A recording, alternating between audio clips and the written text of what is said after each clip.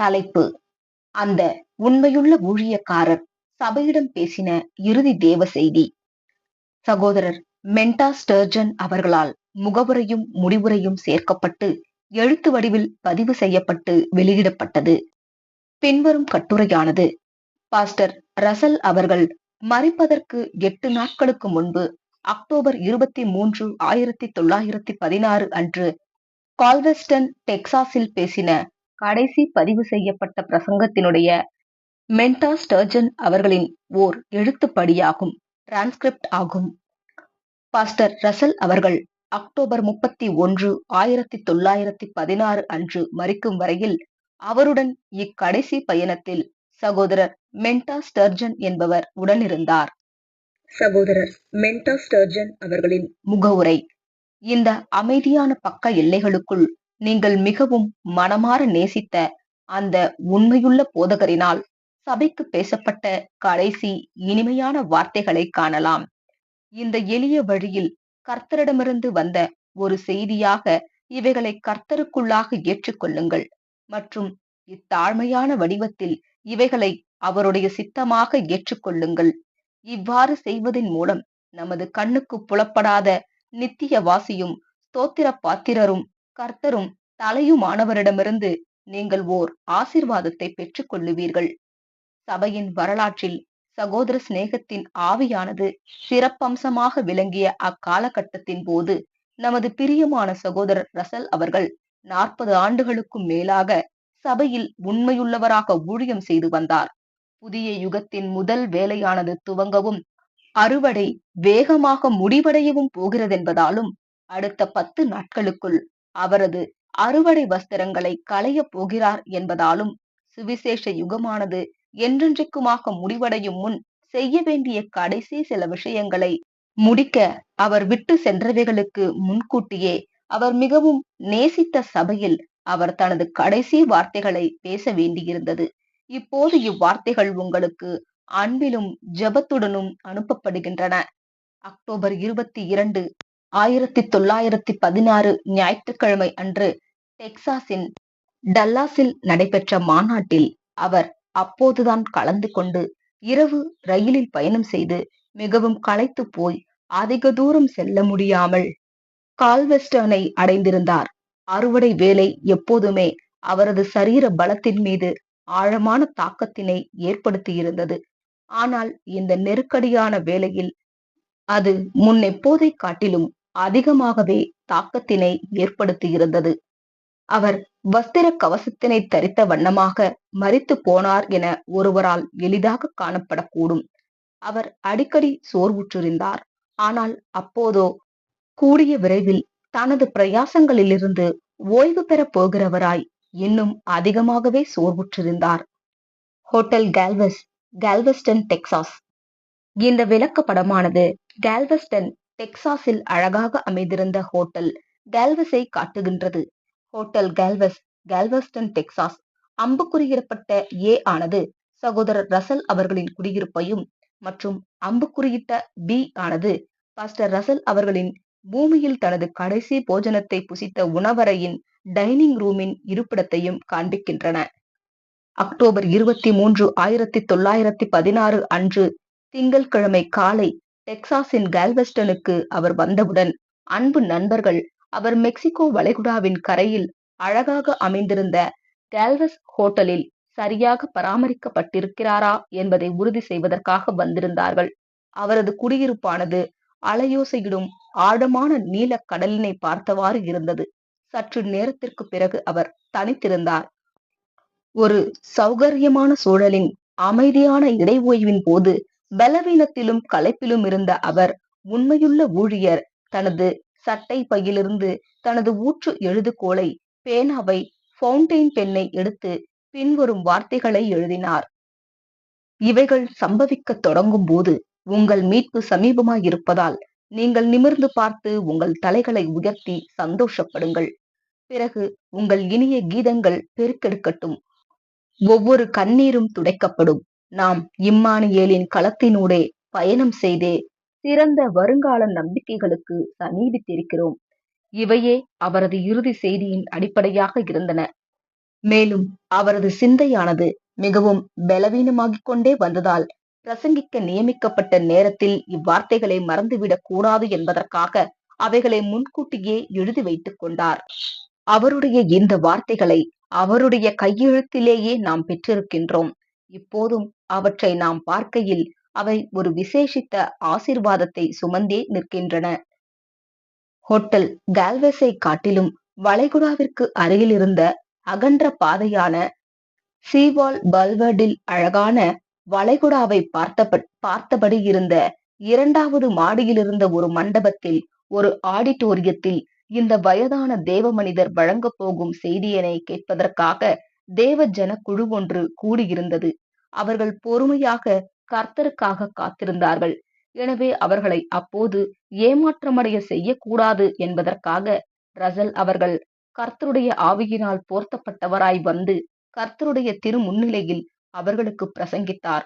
மேலும் உன்னத ஆசீர்வாதத்தின் இவ்வார்த்தைகளானது நமது ஆசீர்வதிக்கப்பட்ட கர்த்தராகிய இயேசுவின் நாமத்தில் உங்களுக்கு அனுப்பப்படுகின்றன.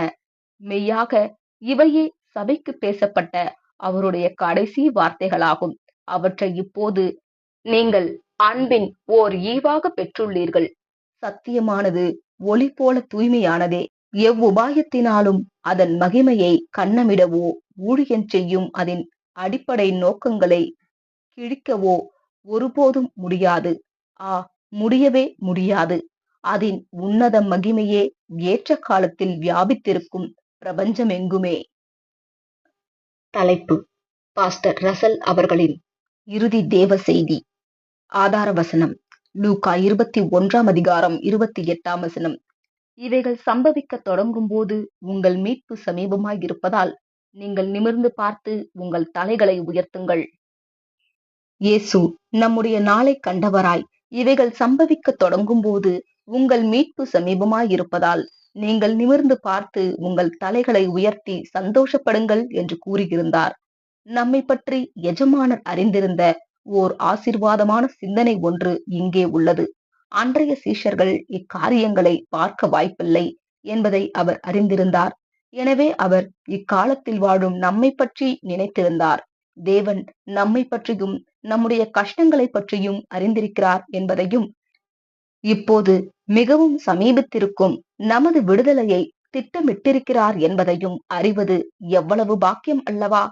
அவர் காலங்கடந்து இப்போது ஜீவித்துக் கொண்டிருக்கும் நம்மை உற்று கவனித்து நமக்கு அதிக எதிர்ப்பு இருக்கும் என்பதையும், நாம் உபத்திரவ காலத்தினை ஜனங்களின் கவனத்திற்கு கொண்டு வருகையில் அவர்கள் நம்மை பேரிடர் ஓலமிடுவார் என நினைத்து நீங்கள் வரவிருக்கும் உபத்திரவத்தை குறித்து பேசும் அவநம்பிக்கையாளர்கள் உங்கள் சிந்தைகள் நிதானத்தில் இல்லை, கொஞ்சம் மூளை குழம்பி போய் உள்ளீர்கள் என்று கூறுவார்கள் என்பதையும், ஆகையால் நம்மால் நிமிர்ந்து பார்த்து நமது தலைகளை உயர்த்த முடியாதவர்களாய் திடனற்றிருப்போம் என்பதையும் அவர் அறிந்தவராய், அவர் நமது ஆறுதலுக்காகவே நமது ஆதார வசனத்தின் வார்த்தைகளை முன்பே எழுத வைத்திருந்தார்.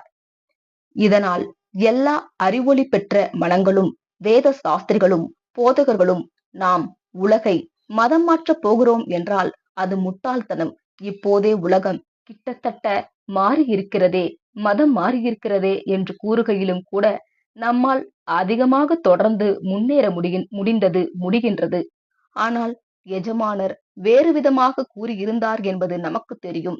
உபத்திரவ காலம் வரும், அதன் மத்தியில் பரலோக ராஜ்யம் ஸ்தாபிக்கப்படும் என்பதற்காக தேவனுடைய வார்த்தையினை அறிவொளி பெற்ற வேத மாணவர்களாக நாம் ஏற்கனவே பெற்றிருக்கின்றோம். இந்த ராஜ்யங்களானது உலகத்தில் இருக்கும் தேவனுடைய ராஜ்யம் அல்ல என்றும், அப்படி கூறிக்கொண்டிருக்கும் கிறிஸ்தவ மண்டலமும் அவ்வாறு இல்லை என்றும் நமக்கு தெரியும். அதற்கான தேவ வார்த்தை நம்மிடம் இருந்தபடியினால் நாம் கர்த்தருடைய அதிக உறுதியான வார்த்தையை உறுதியாக பற்றி பிடித்திருந்தோம். எனவே நாம் ஊக்கம் இழக்காமல் இருக்கின்றோம். புறஜாதியாரின் காலம் பெரும்பாலும் 1914 முடிவடையும் என்று நமக்கு தெரிந்தபோது அதை பற்றி பேசினோம் மற்றும் கடந்த 40 ஆண்டுகளாக அவ்வாறே செய்தும் வருகிறோம். யுகத்தின் முடிவு, புறஜாதியாரின் காலத்தின் முடிவு மற்றும் தற்போதைய ராஜ்யங்கள் அனைத்தும் வீழ்ச்சியடையும் காலம் ஆகியவற்றை பற்றியெல்லாம் நாம் பேசி வந்திருக்கிறோம். எல்லாவற்றையும் எதிர்கொள்ளவும் எல்லா ஜனங்களுக்கும் நமது நாட்களின் கற்றறிந்தோர்களுக்கும் எதிராக நிற்கவும் கொஞ்சம் தைரியம் தேவைப்பட்டது. எல்லாம் எதிர் திசைகள் சென்றாலும் நாங்கள் பிதாவாகிய தேவனையே நம்பினோம். உலகம் கிட்டத்தட்ட மாற்றப்பட்டாயிற்று என்று அவர்கள் கூறினாலும் உலகம் மாற்றமடைவதற்கு இன்னும் வெகு தொலைவில் இருக்கிறதென்று நாங்கள் கூறினோம். ஆனால் இப்போது இவை தேவனுடைய ராஜ்யங்கள் என்று சொல்லிக் கொள்வதற்கு எந்த நம்பிக்கையும் இல்லாததை குறிப்பாக அமெரிக்காவை சேர்ந்த நாமும் ஆராய்ந்து பார்க்கின்றோம். முழு உலகமும் கூட பார்க்கின்றது. ஏனென்றால் அவர்கள் பூமியிலிருந்தும் சமுத்திரத்திலிருந்தும் எதிரிகள் இராதபடிக்கு ஒருவருக்கொருவர் அனைத்து விதமான ஆயுதங்களை பிரயோகித்து பேய்களைப் போல சண்டையிட்டுக் கொள்ளுகிறார்கள். ஒன்றிற்கான விலை $16 முதல் $350 வரை பெருமானமுள்ள 12 மில்லியன் எறிகணைகளை தேவைப்படும் ஒரு வெடிபொருளை ஒரே தாக்குதலில் வீசப்பட்டன. 10ல் 1 பங்கு மாத்திரமே வீசப்பட்டதாக எடுத்துக்கொண்டாலும் கூட ஒரு கிறிஸ்தவன் மற்றொரு கிறிஸ்தவனுக்கு எதிராக இது போன்ற பொருட்களை வீசுவதென்பது அப்போதும் மிகவும் மோசமானதாகவே இருக்குமன்றோ? அவர்கள் தங்களை கிறிஸ்தவர்கள் என்றழைத்துக் கொள்ளுகிறார்கள். ஒவ்வொருவரும் கிறிஸ்தவர்கள் என்றும் ஒருவருக்கொருவர் கிறிஸ்தவ தேசம் என்றும் கூறிக்கொள்ளுகிறார்கள். எங்குமே இவையெல்லாம் கிறிஸ்தவ தேசங்கள் தானா என்பதற்கான எந்த நம்பிக்கையுமே இல்லை. அவர்களிடம் கிறிஸ்துவின் ஆவியும் இல்லை, சாந்தமும் இல்லை. மாறாக அவர்கள் அந்த ஜெர்மானியர்களை இப்படியெல்லாம் செய்ய போகிறோம் என்பது போன்று பெருமை பேசிக் கொண்டிருக்கிறார்கள். இரு தரப்பினரும் தாங்கள் என்ன செய்வோம் என்று பெருமை பேசிக் கொண்டிருக்கிறார்கள். தயவு, கனிவு, ஒருவர் மீது ஒருவர் நெருப்பு குண்டுமழை பொழிவதிலும் ஒருவரை ஒருவர் நிர்மூலமாக்குவதிலும் கனிவு எங்கே உள்ளது? அவர்களுக்கு எவ்வளவு பொறுமை அல்லது சகோதர சிநேகம் அல்லது அன்பு இருக்கின்றது? பரிசுத்த ஆவியின் இக்கனிகளுக்கான எந்த அடையாளமும் அவர்களிடையேயும் இல்லை. இப்போட்டியிடும் அவர்களின் நாடுகளின் மத்தியிலும் இல்லை. இதற்கு நேர்மாறானதையே அவர்களிடம் நாம் காண்கிறோம். அதாவது பரிசுத்த பவுல் அடிகளாரும் பரிசுத்த பேதுரு அடிகளாரும் மற்றும் முழு வேதாகமும் சொல்லுகிறபடி எதிராளியின் ஆவியான கோபம், துர்க்குணம், வெறுப்பு, பொறாமை, சண்டை, மாம்சத்தின் மற்றும் பிசாசின் கசப்பான செயல்களே அவர்களிடம் காணப்படுகின்றன. இப்போது நீங்களும் நானும் நிமிர்ந்து பார்த்து நமது தலைகளை கொஞ்சம் உயர்த்தும் காலம் வந்தாயிற்று. ஆனால் கர்வத்துடனும் தற்பெருமையுடனும் உயர்த்தி நாங்கள் இவற்றையெல்லாம் செய்தோம் அல்லது இவற்றையெல்லாம் செய்யவில்லை என்று சொல்வதாக இல்லை. அன்பர்களே, ஓ கிடையாது. கர்த்தருடைய ஆவியானது எப்போதும் சாந்தமாகவும் அமைதியாகவும் இருப்பதும் மேலும் எல்லா சூழ்நிலைகளிலும் எப்போதும் மனத்தாழ்மையாக இருப்பதும் ஆகும். இந்த மாபெரும் போராட்டத்தில் இருப்பவர்களுக்காக நாங்கள் வருந்துகிறோம். நாம் விரைவில் உலகத்திற்கு கொண்டு வருவோம் என்று கர்த்தர் சொல்லும் காட்சிகளை உலகத்திற்கு கொண்டு வருவதில் நாம் எவ்வளவு சந்தோஷம் அடைவோம் அல்லவா? அதற்கு அவருடைய ஏற்ற காலம் மாத்திரம் இன்னும் வரவில்லை.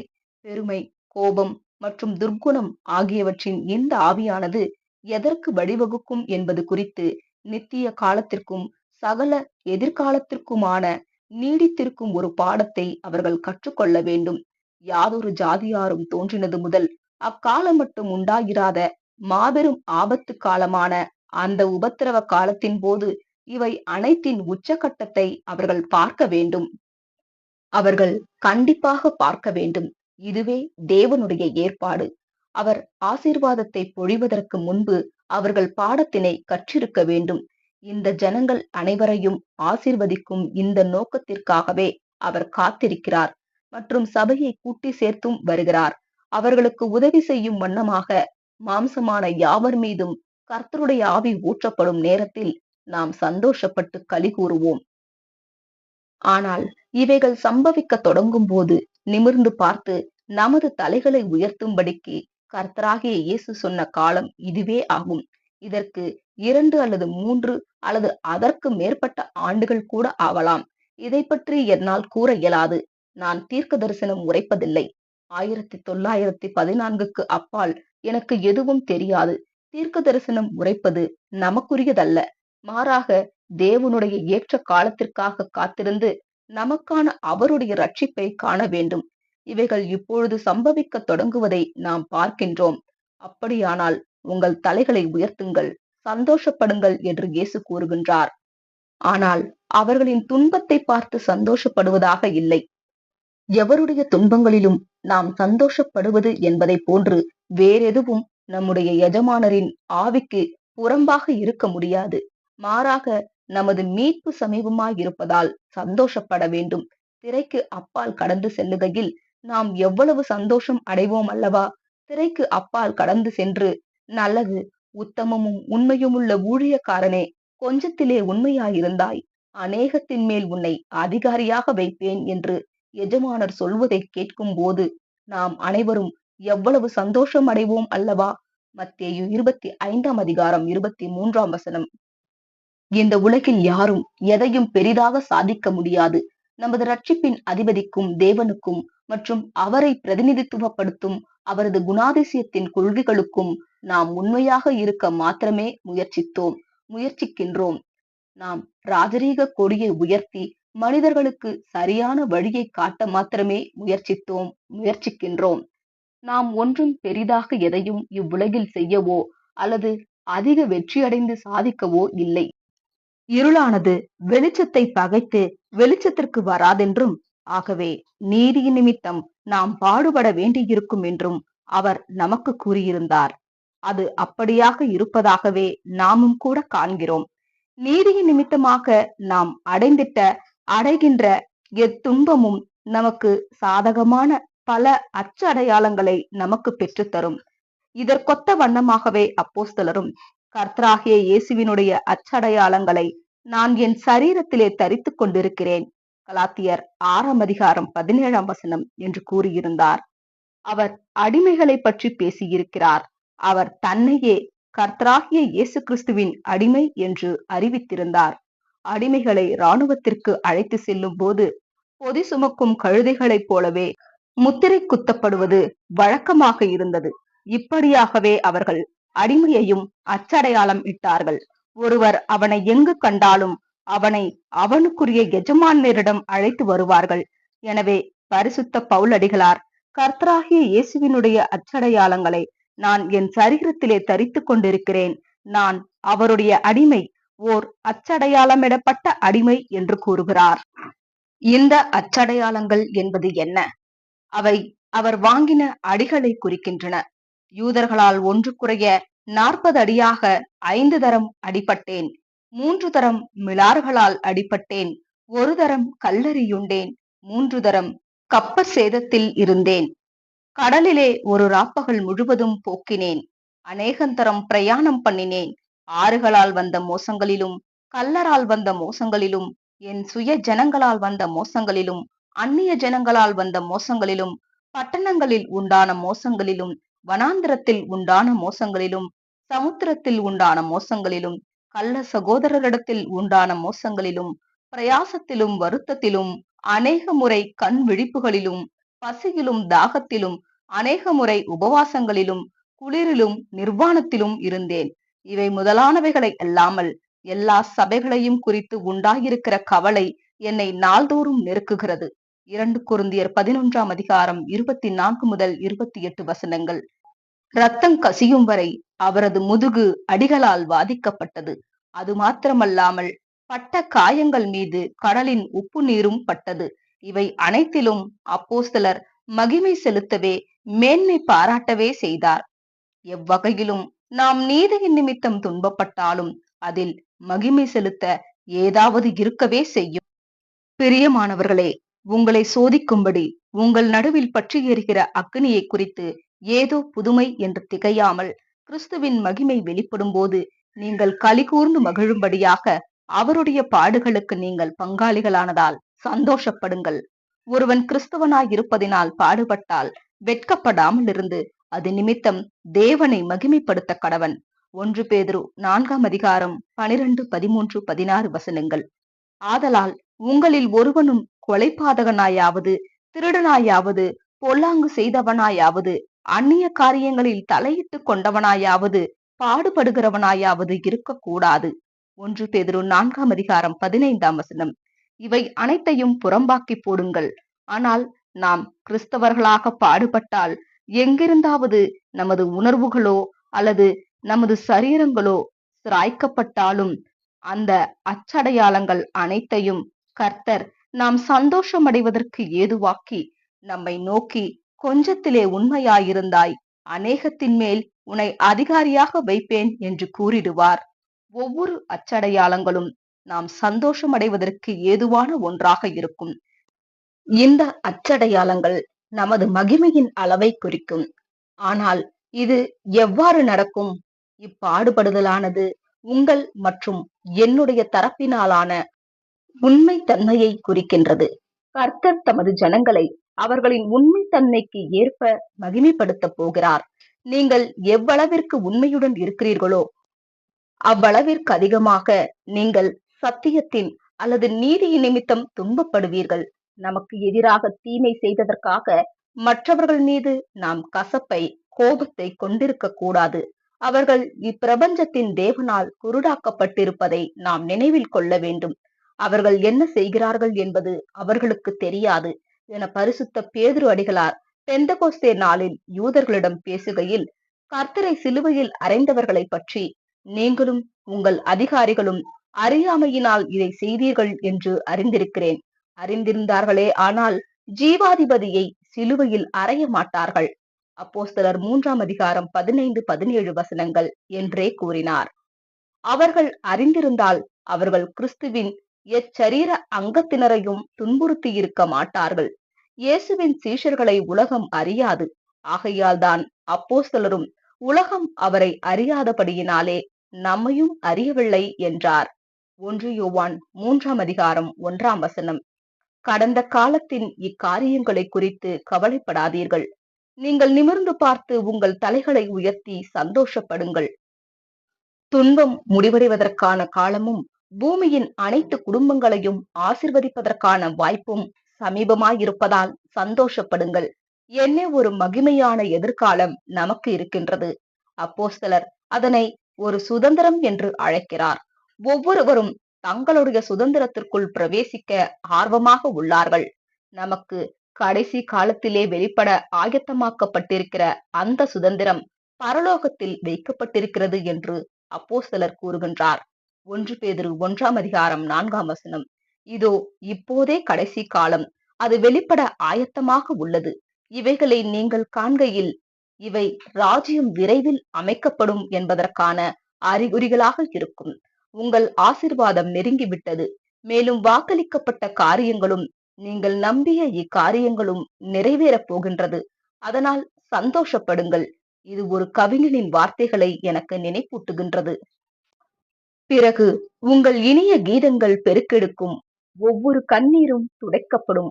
நாம் இம்மானுவேலின் களத்தினூடே பயணம் செய்தே சிறந்த வருங்கால நம்பிக்கைகளுக்கு சமீபித்திருக்கிறோம். இவ்வரிகள் மிகவும் உண்மையானவை. நாம் இம்மானுவேலின் களத்தினூடே பயணம் செய்து கொண்டிருக்கின்றோம். நமது கர்த்தராகிய இம்மானுவேல் ஏற்கனவே மரித்து விட்டார் என்பதால் முழு உலகமும் அவருக்கே சொந்தமானது. நியாயப்பிரமாணத்தை முழுமையாக கைக்கொண்ட ஒரு பரிபூரண மனிதனாக பூமியின் மீது அவருக்கு உரிமை உண்டு. யார் நியாயப்பிரமாணத்தை முழுமையாக கைக்கொள்ளுகின்றாரோ அவரே எல்லாவற்றிற்கும் சுதந்திரவாளியாக இருப்பார். எனவே அவர் நியாயப்பிரமாணத்தை முழுமையாக கைக்கொண்டதால் அவர் அதற்கு தகுதியானவரானார். இதுவே தெய்வீக ஏற்பாடாக இருந்தது. அவர் மரிக்கவே இல்லை என்றாலும் அவர் பூமியின் சொந்தக்காரரே. எனவே இது இம்மானுவேலின் களமே, நிலமே. சகலமும் அவருடையது. நாம் அவருடையவர்களாக இருக்கையில் சகலமும் நம்முடையதாகின்றது. இவைகளை எல்லாம் உங்கள் நிமித்தம் உண்டாயிருக்கிறது. ஏனென்றால் நீங்கள் கிறிஸ்துவினுடையவர்கள், கிறிஸ்து தேவனுடையவர். 2 கொரிந்தியர் 4ஆம் அதிகாரம் 15ஆம் வசனம், 1 கொரிந்தியர் 3ஆம் அதிகாரம் 23ஆம் வசனம். அனைத்து இடமும் நமது கர்த்தருக்கு சொந்தமானது. உலகத்தின் சார்பாக இயேசு இன்னும் மீட்கும் பொருளை பயன்படுத்தவில்லை. ஆனால் உலகத்திற்கும் பூமிக்கும் வித்தியாசம் உள்ளது. பூமியின் உரிமையாளராக மாற அவர் தமது ஜீவனை கொடுக்க தேவையில்லை. நியாயப்பிரமாணத்தை கைக்கொண்டதன் மூலமாக அவர் பூமியின் உரிமையாளர் ஆனார். ஆனால் ஏற்ற காலத்தில் உலகை வாங்குவதற்கு அவருடைய பலியின் புண்ணியம் அவசியமாகும். நாம் பிதாவினால் ஏற்றுக்கொள்ளப்படுவதற்கும் தேவ புத்திரர்கள் என ஆவதற்கு தேவ ஆவியினால் ஜெனிப்பிக்கப்பட்டு அவருடைய குடும்பத்திற்குள் சுவிகாரம் அடைவதற்கும் இந்த யுகத்தின் போது அப்புண்ணியத்தின் தரிப்பிக்கப்படுதல் அவசியமாக இருந்தது. அவர் பிதாவின் கரங்களில் வைப்பு தொகையாக வைத்திருந்ததைக் கொண்டு சாற்றுவிக்கப்படுவதன் மூலம் இவை அனைத்தையும் செய்திருக்கிறார். மேலும் இதையே அவர் உலக மனுக்குலத்திற்கும் அனைத்து ஆதாமின் பிள்ளைகளுக்கும் வெகு விரைவில் பயன்படுத்தவும் உள்ளார். அவர் உலக மனுக்குலத்தை கிரயத்திற்கு கொள்ள உள்ளார். ஆனால் அவர் நியாய பிரமாணத்தை கைக்கொள்ள முடியும் என்பதை நிரூபித்ததிலிருந்து அவர் பூமியின் மீது உரிமை பெற்றவரானார். பூமியை பொறுத்தவரை இத்தகைய ஆசீர்வாதங்கள் உலக மனுக்குலத்திற்கு கடந்து வருவதற்கு முன்பே திரும்ப கொடுத்தல் தொடங்கும் என்பதற்கு இதுவும் ஒரு காரணமாக இருக்கின்றது. 1874 துவங்கி குறிப்பாக 7ஆம் மகா நாளுக்குள் நுழைந்ததிலிருந்து திரும்ப கொடுத்தல் நடந்து கொண்டே வருகிறது. உலக மனுக்குலத்திற்கு அவர் புண்ணியத்தை பயன்படுத்துவதற்கு முன்பே இத்திரும்ப கொடுத்தலின் ஆசீர்வாதங்களை பூமிக்கு கொண்டு வர அவருக்கு உரிமை இருந்தது.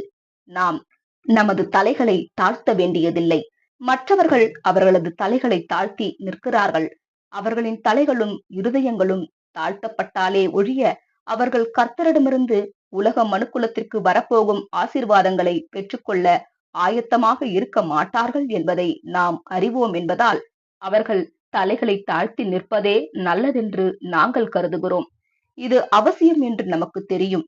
எனவேதான் அப்போஸ்தலரும் கூட கடவுளுடைய வல்லமை மிக்க கரத்தின் கீழ் உங்களை தாழ்த்துங்கள், அப்பொழுது அவர் ஏற்ற காலத்தில் உங்களை உயர்த்துவார் என்று கூறியிருக்கிறார்.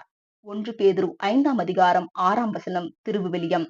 நம்மைப் போலவே உலகமும் தன்னை தாழ்த்திக் கொள்ள கற்றுக்கொள்ள வேண்டும். அவர்கள் சுயத்திலிருந்து விலகி ஒவ்வொரு ஆசீர்வாதத்திற்காகவும் கர்த்தரை நோக்கி பார்க்க வேண்டும். அவர்கள் இதை இன்னும் கற்றுக்கொள்ளவில்லை. அவர்கள் இன்னும் பெருமையடித்துக் கொள்ளுகிறவர்களாகவே இருக்கிறார்கள். சில மாபெரும் பேராசிரியர்கள் தேவன் இல்லாமல் கூட தங்களால் வாழ முடியும், அவர் இல்லாமல் கூட எல்லாம் சரியாகவே நடக்கும் என்று கூறிக்கொண்டிருக்கிறார்கள். ஆனால் உபத்திரவ காலம் கடந்து சென்ற பிற்பாடு அவர்களுக்கு முற்றிலும் மாறுபட்ட யோசனையே இருக்கப் போகின்றது. எல்லாம் முற்றிலும் அழிவுக்குள்ளாகுகையில் அவர்கள், ஓ கடவுளே, நீங்கள் உலகத்தை மறந்து விட்டீர்களா என்று கூறுவார்கள். அவர்கள் கர்த்தரை நோக்கி கூப்பிடுவார்கள். அப்போது அவர் அவர்களுடைய கூப்பிடுதலை கேட்டு அவர்களை ரட்சிப்பார். அவர் அவர்களுக்கு செய்வதை நாமும் பார்ப்போம். நாம் உடனேயே அவர்களுக்கு ஆசீர்வாதங்களை கொடுக்கவே விரும்புகிறோம். ஆனால் அவர்களோ தயாராக இல்லை.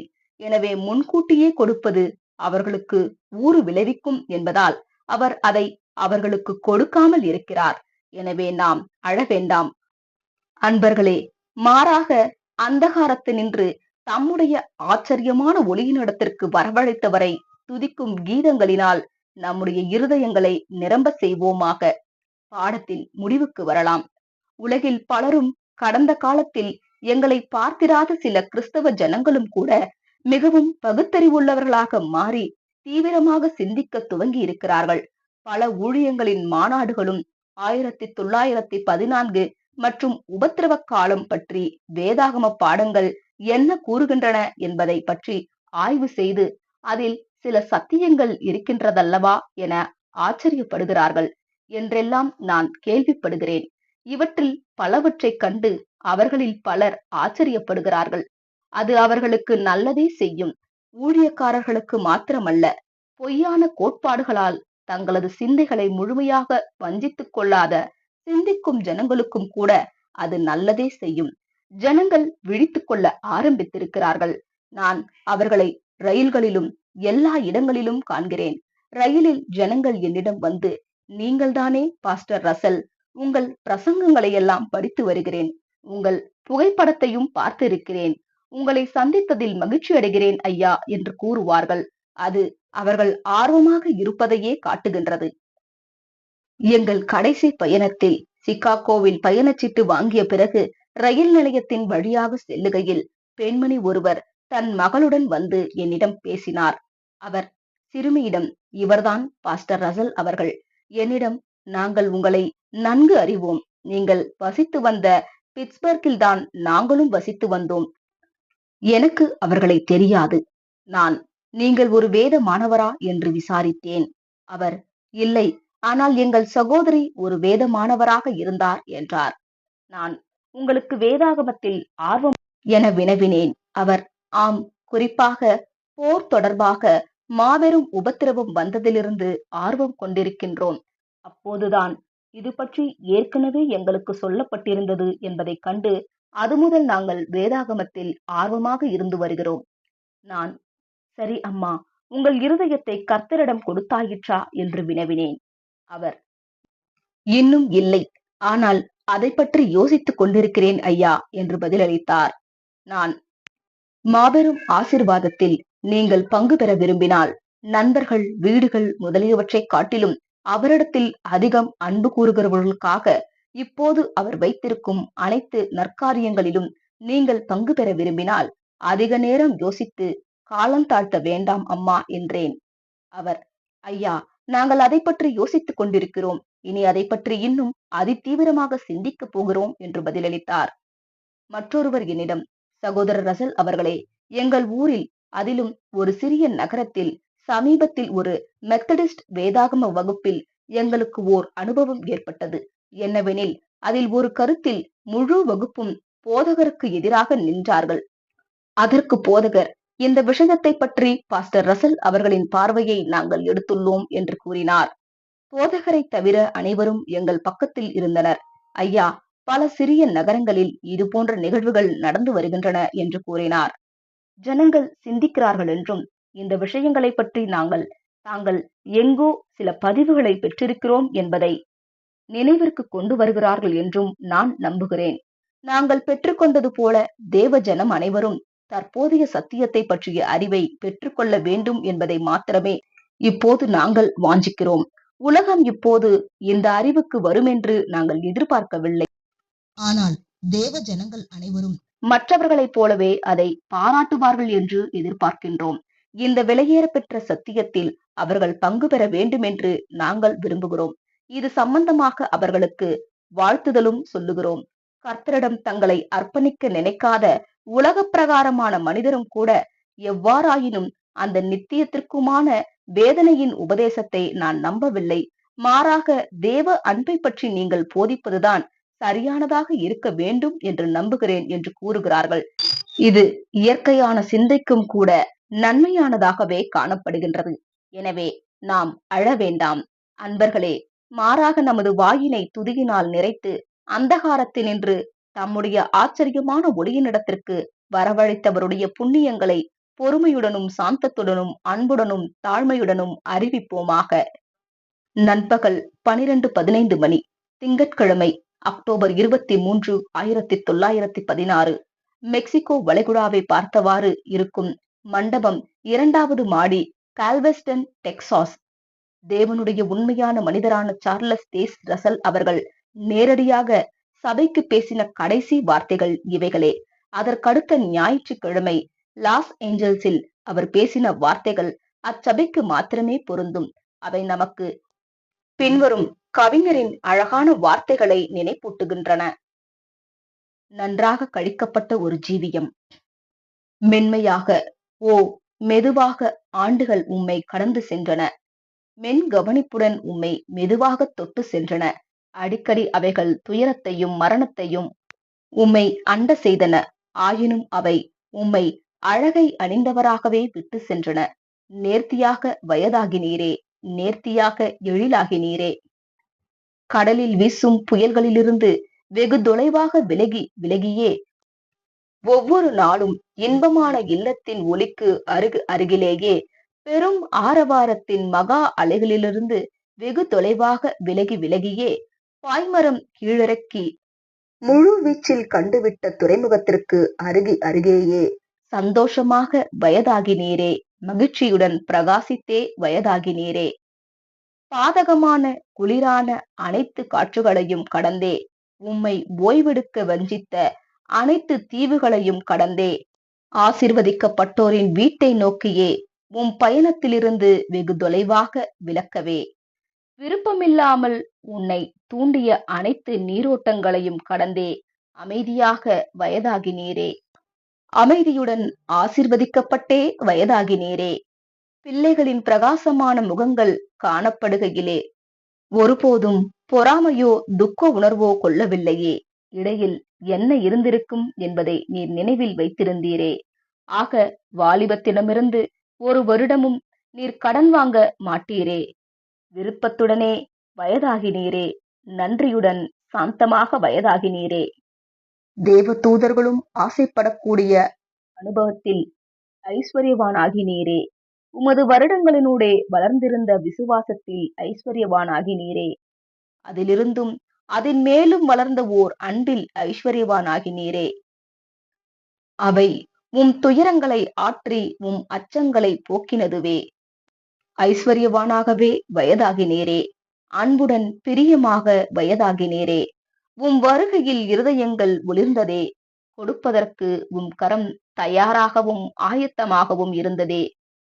உம் கனிவான வார்த்தைகளில் பல முகங்கள் பிரகாசம் அடைந்ததே. வாங்குகிறதை பார்க்கிலும் கொடுக்கிறதே பாக்கியமுமே. ஆனந்தமாகவே வயதாகினீரே. வருத்தப்படுவதை நிறுத்தியே வயதாகினீரே. பூமியும் அதன் மகிமையும் மீது பார்வை மங்கலாகி போன கண்களே, வாலிபத்திற்கு அறியாத ஓர் இனிமையான பிரதியுபகாரத்தை காணுவாயே.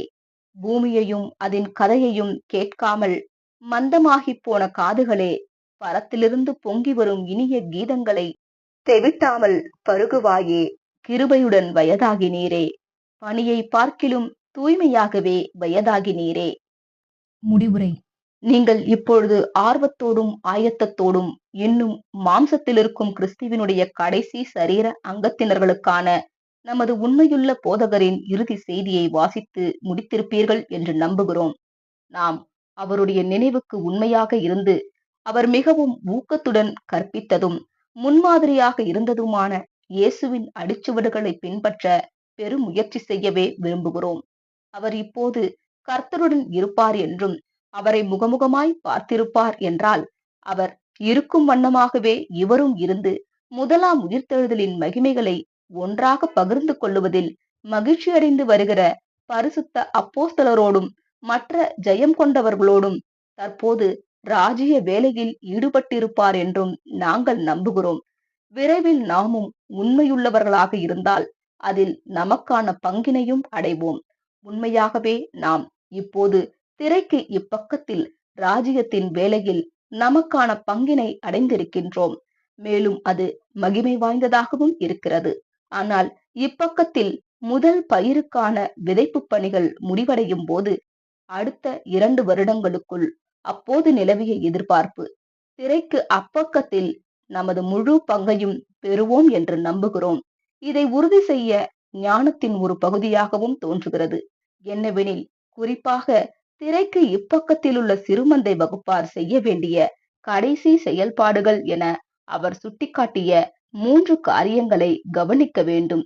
அவை பின்வருமாறு: 1. 7ஆம் தொகுதியினை எழுதுவது. 2. யோர்தான் நதியினை அடித்தல். 3. பணம் கொடுத்து தீர்த்தல். சகோதரர் ரசல் அவர்கள் இக்காரியங்களில் கர்த்தருடைய சிந்தையினை தெளிவாக பெற்றிருந்தார். ஏனென்றால் நாம் எதிர்பார்க்க வேண்டிய புத்தகமானது இப்போது நம்மிடம் உள்ளது. பணம் கொடுத்து தீர்த்தல் மற்றும் யோர்தான் நதியினை அடித்தல் ஆகியன தொகுக்கப்பட்டு வருகின்றன. இந்த முக்கியமான விஷயங்களை பற்றி அவர் நம்மை அந்தகாரத்தில் விட்டு செல்லவில்லை. அவர் நமக்கு ஞானமான ஆலோசனையை வழங்கியிருந்தார்.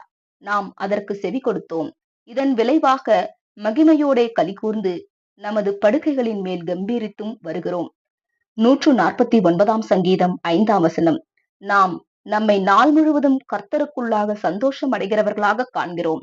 பரிசுத்தவான்கள் தங்கள் ஓட்டத்தை முடிக்கும் வரையில் அவர்களுக்கு ஆறுதலாகவும் ஊக்கமாகவும் இருக்கும் வெளிப்படுத்தல் புத்தகத்திற்கு இசைவான நடைபெறுதலை எதிர்பார்க்குமாறு அவர் நமக்கு கற்பித்திருக்கிறார்.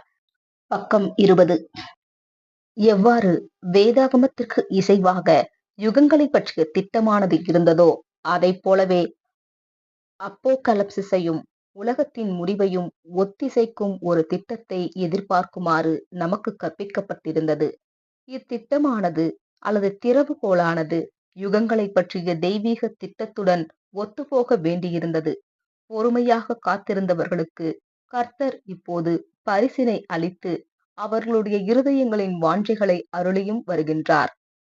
இதை செய்வதின் மூலம் அவர் அவர்களுக்கான பணத்தினை கொடுத்தும் யோர்தான் அடிக்கப்படுவதில் தங்களுடைய பங்கினை பெறுவதற்கான ஒரு வழியையும் காலத்தையும் வழங்கியும் இருக்கின்றார். தேவனுடைய பரிசுத்த ஆவியினால் அவருடைய உண்மையுள்ள ஊழியக்காரர் மூலம் தேவனிடமிருந்து வந்த யுகங்களை பற்றிய தெய்வீக திட்டத்தை பற்றிய துல்லியமான அறிவை கொண்டிருப்பதின் மூலம் நீங்கள் ஏற்கனவே ஜீவனுள்ள தேவனுடைய முத்திரையால் முத்திரிக்கப்பட்டிருக்கக்கூடும். சில காலத்திற்கு சீயோன் மலையின் மேல் ஆட்டுக்குட்டியானவரோடு நிற்கவும் மற்றும் பிதாவின் நாமம் பரிசுத்த ஆவியினால் உங்கள் நெற்றியில் எழுதப்படவும் உங்களுக்கு இப்போது ஸ்லாக்கியம் இருக்கின்றது. வெளிப்படுத்தல் புத்தகத்தை ஒத்திசைக்கும் திட்டத்தின் துல்லியமான அறிவிலிருந்தே இது வரும். இப்போது பல நண்பர்கள் இந்த ஆய்வு கட்டுரையினை வைத்திருக்கிறார்கள். இதன் விளைவாக அவர்கள் சிங்காசனத்திற்கு முன்பாக ஒரு புது பாட்டை பாடி தங்கள் சுரமண்டலங்களை வாசித்து வருகிறார்கள். வெளிப்படுத்தல் 14ஆம் அதிகாரம் 2-3 வசனங்கள். ஓர் இறுதியான அர்த்தத்தில், இதோ வாசற்படியிலே நின்று தட்டுகிறேன். ஒருவன் என் சத்தத்தை கேட்டு கதவை திறந்தால் அவனிடத்தில் நான் பிரவேசித்து அவனோடே போஜனம் பண்ணுவேன், அவனும் என்னோடே போஜனம் பண்ணுவான். வெளிப்படுத்தல் 3ஆம் அதிகாரம் 20ஆம் வசனம் எனும் கர்த்தருடைய வார்த்தையானது இப்போது நிறைவேறி வருகின்றது. இது கடைசி ராபோஜனத்தை உருவாக்குகின்றது. சகோதரர் ரசல் அவர்களின் கடைசி பயணத்தில் அவருக்கு துணையாக இருந்தவர் வெளிப்படுத்தல் மீதான ஓர் ஆய்வு கட்டுரையினை இரவல் வழங்கியும் கொடுத்தும் விற்றும் மற்றும் விநியோகித்தும் வருகின்றார். மேலும் உங்களுக்கு வேண்டுமென்றாலும் கூட ஒன்று கொடுத்து உதவுவதில் மகிழ்ச்சியடையவே செய்வார். இவ்வகையில் அவர் அக்கடைசி மறக்க முடியாத பயணத்தில் மிகவும் உண்மையான நிலைமைகளின் கீழ் கர்த்தரிடம் தான் செய்து கொண்ட பொருத்தனையை நிறைவேற்ற முயற்சித்து வருகிறார். இவ்விதத்தில்தான் பாம்பாவுக்கு அருகே விரைந்து சென்று கொண்டிருந்த ரயிலில் சகோதரர் ரசல் அவர்களும் மரித்தார். அவரும் அவரது தோழரும் சகோதரர் மென்டா ஸ்டர்ஜன் வெனோவாவிலிருந்து கிளம்பிய அந்த ரயிலில் அக்டோபர் 31, 1916 அன்று மாலை 7 மணியளவில் அந்த இடத்திற்கு வந்தடைந்திருந்தார்கள். அது ஒரு சோகமான எதிர்பாராத காட்சியாக இருந்தது. பாஸ்டர் ரசல் அவர்களின் உடலானது அந்த இடத்தில் ரயிலிலிருந்து எடுத்து செல்லப்பட வேண்டும் என்று கேள்விப்பட்டதால் முழு நகர மக்களுமே ரயில் நிலையத்தில் குழுமினதாக தோன்றியது. பல பெரிய வலிமையான மனிதர்கள் அவரது உடலை மரித்தவர்களுக்கான பெட்டியில் வைத்து தூக்கி வெளியே எடுத்து கொண்டு வரும்போது இரவாகி இருந்தது. நாங்கள் சீக்கிரமே ஓர் அரைகலன் பர்னிச்சர் கடையின் பின்புறத்தில் இருக்க கண்டோம். அங்கே பிண சீரமைப்பு செய்வதும் எங்கள் பயணத்தை தொடர்வதற்கான ஆயத்தமும் நடைபெற்றன. அந்த ரா முழுவதும் மற்றும் அடுத்த நாள் அதிகாலை வரையிலும் அமைதியான கவலையான வேலையானது தொடர்ந்து நடைபெற்றது. அவரது உடல் ஈமச்சடங்கு மேற்பார்வையாளரின் கரங்களில் ஒப்படைக்கப்பட்டது. ஆனால் விரைவில் திரும்ப கொடுக்கப்பட்டது. நள்ளிரவில் 25 மைல் தொலைவிற்கு அப்பால் இருந்த நண்பர்கள் தங்கள் ஆட்டோவில் அங்கு வந்து எங்களுக்கு உதவினார்கள். அதிகாலை 3 மணியளவில் நாங்கள் அவரது உடலை ஆட்டோவில் ஏற்றிக்கொண்டு ரயிலுக்கு எடுத்து வந்தோம். அவர்களுக்கு நன்றி கூறிவிட்டு விடைபெற்ற பிறகு அமைதியடைந்த அந்த பங்காளியும் அவருடைய தோழரும் மீண்டும் கேன்ஸ் நகரத்திற்கு செல்லும் வழியில் சென்று கொண்டிருந்தார்கள். எல்லாம் எப்படி மாறிப்போனதாயும் உள்ளார்ந்த வகையிலும் ஆகிப்போனது. வழிநெடுகும் நெருக்கமான பயணம் செய்த இருவர் இப்போது பிரிய நேர்ந்தது. சகோதரர் ரசல் அவர்கள் இப்போது ரயிலில் பயண மூட்டைகளை வைக்கும் பெட்டியில் பேகேஜ் கேரில் பூரண சமாதானத்தில் பயணம் செய்து கொண்டிருந்தார். அதே சமயம் அவரது தோழரோ முன்பு அவர்கள் இருவரும் தியானமும் ஜெபிக்கவும் செய்திருந்த படுக்கை வசதி கொண்ட சிறப்பு ரயிலின் சிறிய அறையில் இப்போது தனியாக பயணம் செய்து கொண்டிருந்தார். அங்கே தூங்க நேரமில்லை, இயலவில்லை. சிந்தையும் இருதயமும் மிகுந்த இயக்கத்தில் இருந்தது. சகோதரர் ரசல் அவர்கள் இறுதி வரை நேசித்த, இன்னும் அவரை நேசித்து வந்த இச்சகோதரர் அச்சிறிய அறையிலிருந்த இருக்கையில் தனியாக அமர்ந்தவாறு அதிகாலை 4 மணியளவில் அந்த பிரியமான மற்றும் அன்பான மனிதரின் இல்லாமையினால் காலியாகி போயிருந்த துயிலிடத்தை, அதாவது காலியாகி போயிருந்த பர்த்தை பார்த்து கொண்டிருந்தார். அவரது எண்ணங்கள் இல்லாது போயிருந்த அவரை பற்றியே இருந்தன. சிந்தனை செய்து கொண்டிருந்த அம்மனிதரின் சிந்தையில் இக்கடைசி பயணத்தின் அனைத்து நிகழ்வுகளும் ஒன்றாக மதிப்பாய்வு செய்யப்பட்டன. இருதய நரம்புகள் உச்ச வரம்பிற்கு நீட்டப்பட்டிருந்தன. மேலும் சிந்தையில் பரலோக பார்வைகளானது அனுமதிக்கப்பட்டும், அவரின் இருதயம் பரிசுத்த உணர்ச்சிகளால் ஆட்கொள்ளப்பட்டும் இருந்த அதே வேளையில், ஆட்டுக்குட்டியானவர் முன்னிலையிலும் சிங்காசனத்தின் முன்பாகவும் ஒரு தீர்க்கமான தீர்மானம் எடுத்துக்கொண்டார். அது அப்போது எழுதப்படாத பின்வரும் வார்த்தைகளில் அவருடைய மனதில் வெளிப்பட்டிருந்தது. தேவனுடைய கிருபையால் சகோதரர் ரசல் அவர்கள் மாம்சத்தில் இருந்தபோது அவரிடம் எப்படி மெய்யாக உண்மையுள்ளவனாக இருந்தேனோ, அதைப் போலவே இப்போது அவர் சென்ற பின்பும் கூட இருக்க முயற்சிப்பேன். அந்நேரத்தில் இத்தீர்மானம் பின் நாட்களில் அனுபவமாக மாறும் வரையிலும் அதன் அர்த்தத்தின் ஆழத்தை பற்றி என்னால் கொஞ்சம் மாத்திரமே மதித்துணர முடிந்தது. இத்தீர்மானத்தினுடைய ஆவியே அப்பொழுதிலிருந்து என் இயக்கங்களுக்கு பின்னால் இருக்கும் உந்து சக்தியாக இருந்து வருகின்றது. நிச்சயமாக அதை நிறைவேற்ற தேவனுடைய கிருபையும் தேவைப்பட்டது. அது அபூரணமாக செய்யப்பட்டது என்பது உண்மைதான். ஆயினும் கூட அது செய்யப்பட்டது.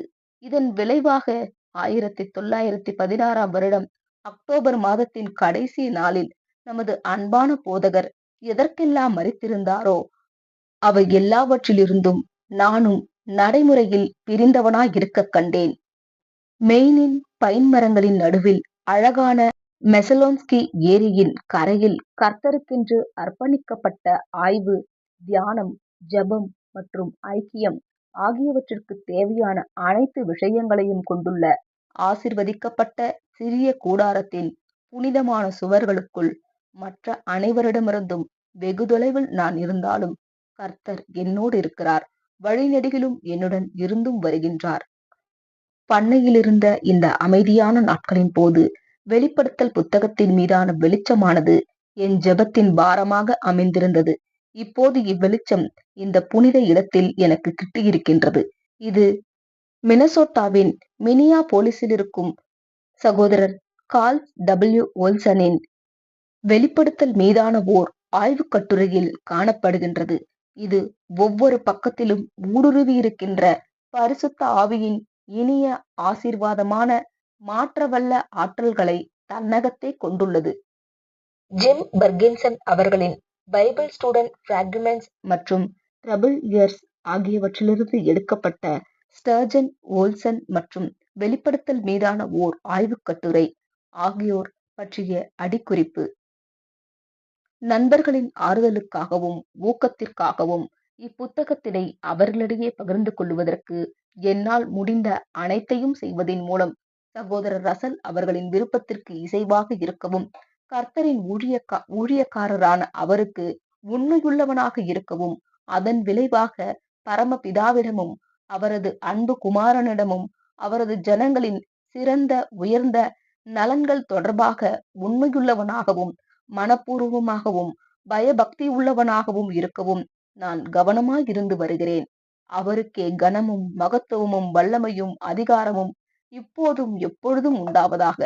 யூதா 25 அன்புக்குரியவர்களே, பின்வரும் மிகவும் பொருத்தமானதும் விலையேற பெற்றதும் மற்றும் உண்மையானதுமான போயம்ஸ் ஆஃப் தி டானில் வரும் முதல் பாடலின் சில வார்த்தைகளை தயவாக நினைப்பூட்டிக் கொள்ளுங்கள். மாபெரும் சத்தியங்கள் மாபெரும் விலை கொடுத்து வாங்கப்படுகின்றனவே. மனிதர் அனுதின கொடுக்கல் வாங்கல் போன்ற பொதுவான சத்தியமே எளிதான ஜீவியத்தின் பொதுவான நடையில் வருகின்றதே. நமது வழியில் கவனக்குறைவென்னும் காற்றால் பறக்கடிக்கப்பட்டும் போகின்றதே. மாபெரும் சத்தியங்கள் மாபெரும் விலை கொடுத்து வெல்லப்படுகின்றனவே. ஏதோ தற்செயலாய் கண்டுபிடிக்கப்படாமல் நம்பிக்கை கோடை கனவின் சுவாசத்தினாலும் மெல்ல மிதந்து சென்றிடாமல் பாதக காற்றினாலும் பிரவாகத்தினாலும் கடினமான அலைக்கழிப்புடனே ஆத்துமாவின் மாபெரும் போராட்டத்தில் புரிந்து கொள்ளப்படுகின்றனவே. சகித்த உழைப்பிற்கு, விசுவாசத்திற்கு, வைராக்கியத்திற்கு அனுகூல பலனாக நன்கு உழப்பட்ட நில அறுவடை போன்றே சத்தியம் முளைக்கின்றதே. அவளை தேடுபவர்களுடைய நீடித்த செழுமைக்காகவே தன் மிகு ஐஸ்வர்ய பொக்கிஷங்களை கொண்டு எப்போதும் பலனளிக்கின்றாளே. கர்த்தராகிய இயேசு கிறிஸ்துவினுடைய கிருபையும் தேவனுடைய அன்பும் பரிசுத்த ஆவியினுடைய ஐக்கியமும் உங்கள் அனைவரோடும் கூட இருப்பதாக. ஆமேன். 2 கொரிந்தியர் 13ஆம் அதிகாரம் 14ஆம் வசனம். இவன் திவ்ய கிருபையினால் கிறிஸ்துவுக்குள்ளான உங்கள் சகோதரனும் இயேசுவின் நிமித்தம் வருகிற உபத்திரவத்திலும் பொறுமையிலும் உடன் பங்காளியுமான மென்டா ஸ்டர்ஜன். ஆமேன். புகைப்படங்கள். கல்லறை கல்லில் பதிக்கப்பட்டுள்ள பாஸ்டர் ரசல் அவர்களின் புகைப்படம் இது. அக்டோபர் 7, 1916 அன்று எடுக்கப்பட்ட பாஸ்டர் ரசல் அவர்களின் கடைசி புகைப்படம் இது. இடம் டேட்டன், ஒஹாயோ. அக்டோபர் 16 அன்று புரூக்ளினை விட்டு தனது இறுதி பயணத்திற்காக புறப்பட்டார். பாஸ்டர் ரசல் அவர்களின் அடக்க ஆராதனையின் போது மன்ஹாட்டனில் உள்ள ரசல் டெம்பிளில் இருந்த மலர் அலங்கார மேடை எழுதப்பட்டிருந்த வசனம், கர்த்தருக்குள் மரிக்கிறவர்கள் பாக்கியவான்கள். வெளிப்படுத்தல் 14ஆம் அதிகாரம் 13ஆம் வசனம். அலிகனியில் கார்னகி ஹாலுக்குள் பாஸ்டர் ரசல் அவர்களுக்கு மற்றொரு அடக்க ஆராதனை நடைபெற்ற போது எடுக்கப்பட்ட புகைப்படம். அடக்கத்திற்கு ஆயத்தமாக்கப்பட்டிருந்த கல்லறை. பாஸ்டர் ரசல் அவர்களின் சவப்பெட்டிக்காக காத்திருந்த சகோதர சகோதரிகள். பாஸ்டர் ரசல் அவர்கள் அடக்கம் செய்யப்பட்ட பிறகு எடுக்கப்பட்ட புகைப்படம். இருட்டிக் கொண்டு வந்த தருணம் அது. ஆக புகைப்படம் சற்று தெளிவற்று இருக்கின்றது. பாஸ்டர் ரசல் அவர்களின் முன்னாள் துணைவியார் மரியா அவர்கள் அடக்கத்தில் முக்காடிட்டுக் கொண்டு பங்கேற்றவாறு எடுக்கப்பட்ட புகைப்படம். இருட்டிக் கொண்டு வந்த தருணம் அது. ஆக புகைப்படம் சற்று தெளிவற்று இருக்கின்றது. 1920, 1921 நிறுவப்பட்ட கல்லறை கல். கல்லறை கல்லில் பொறிக்கப்பட்டுள்ள வார்த்தைகள். Charles D. ரசல் அவர்கள். பிப்ரவரி 16, 1852. அக்டோபர் 31, 1916. லவோதிகேயா சபையின் தூதன். இத்துடன் அந்த உண்மையுள்ள ஊழியக்காரர் சபையிடம் பேசின இறுதி தேவ செய்தி எனும் பாடம் முடிவுற்றது. ஆமேன்.